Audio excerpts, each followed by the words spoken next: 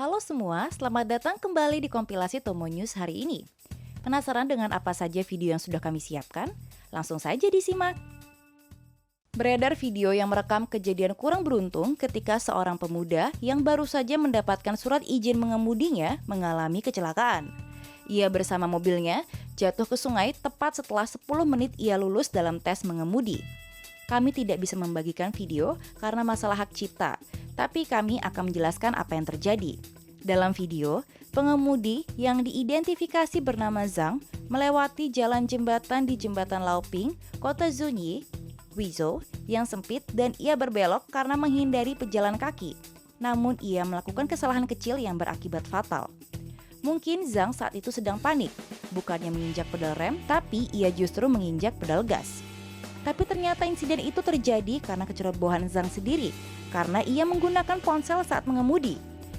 Dalam wawancaranya dengan media setempat, Zhang bercerita, "Ketika saya sedang mengemudi, saya mencoba mengambil ponsel saya dan membaca beberapa pesan, dan ada 2 pejalan kaki di depan saya di jembatan. Saya menjadi gugup dan tiba-tiba berbelok ke kiri." Tampaknya akibat insiden tersebut, Zhang akan kembali tidak berkualifikasi lagi sebagai pengemudi. Beruntung, mobil Zhang yang tercebur tidak langsung tenggelam, jadi ia bisa langsung melarikan diri untuk menyelamatkan dirinya. Warga sekitar juga turut membantu Zhang ke tempat yang aman sebelum memberikannya pakaian kering. Menurut media setempat, polisi memastikan mobil itu diangkat keluar sungai dengan derek. Belum diketahui apakah Zhang akan didakwa atas kelalaiannya. Tapi dari kisah ini kita paham bahwa menggunakan ponsel saat mengemudi sangatlah berbahaya karena mungkin Anda bisa saja tercebur ke dalam sungai. Baru-baru ini seorang pria asal Lituania mengunci istrinya di kamar mandi karena dicurigai ia mungkin telah terinfeksi penyakit yang paling ditakuti di seluruh dunia. Menurut Delfi.com, pada 26 Februari lalu, sekitar pukul 8.35 pagi, polisi di Vilnius, Lituania, mendapatkan panggilan dari seorang wanita di kota Antakalnis yang mengklaim bahwa ia dikurung di kamar mandi rumahnya oleh suami dan 2 putranya. Polisi segera menuju ke tempat kejadian dan setibanya di sana, mereka menyadari bahwa ini bukanlah kekerasan rumah tangga. Sang suami dengan santai memberitahu polisi bahwa ia memang mengurung istrinya di kamar mandi demi mencegah tertular penyakit berbahaya tersebut setelah sang istri memberitahu keluarganya bahwa ia mungkin telah terinfeksi. Ternyata, sang istri baru saja berkunjung dari Italia, di mana ia juga melakukan kontak dengan orang Cina. Sang istri memberitahu suaminya bahwa ia khawatir ia mungkin telah terinfeksi, bukannya menenangkan istrinya. Sang suami kemudian menelepon dokter dan menceritakan apa yang dialami istrinya. Dokter kemudian menyarankan sang suami untuk mengisolasi istrinya. Jadi ia dan putranya mengurung sang istri di kamar mandi. Sang suami menjelaskan bahwa ia tidak bermaksud untuk melukai istrinya dan hanya mengikuti saran dokter untuk mencegah penularan. Karena tidak ada kekerasan, tidak ada keluhan yang dilaporkan, polisi kemudian memanggil ambulans untuk membawa wanita itu ke rumah sakit untuk dites.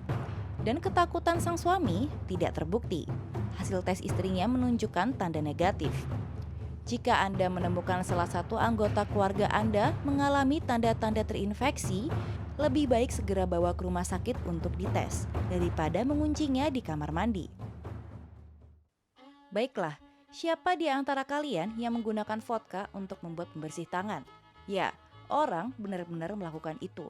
Di tengah kekurangan pembersih tangan yang mengganggu rak-rak dan toko-toko digital Amazon di seluruh negeri, vodka Tito atau America's Original Craft Vodka digunakan sebagai pengganti. Tetapi Tito ingin kamu berhenti. Mereka turun ke Twitter hari ini untuk mendesak orang agar berhenti menggunakan produknya untuk membuat pembersih tangan mereka sendiri setelah beberapa orang di platform ini merujuk resep yang salah yang muncul di internet.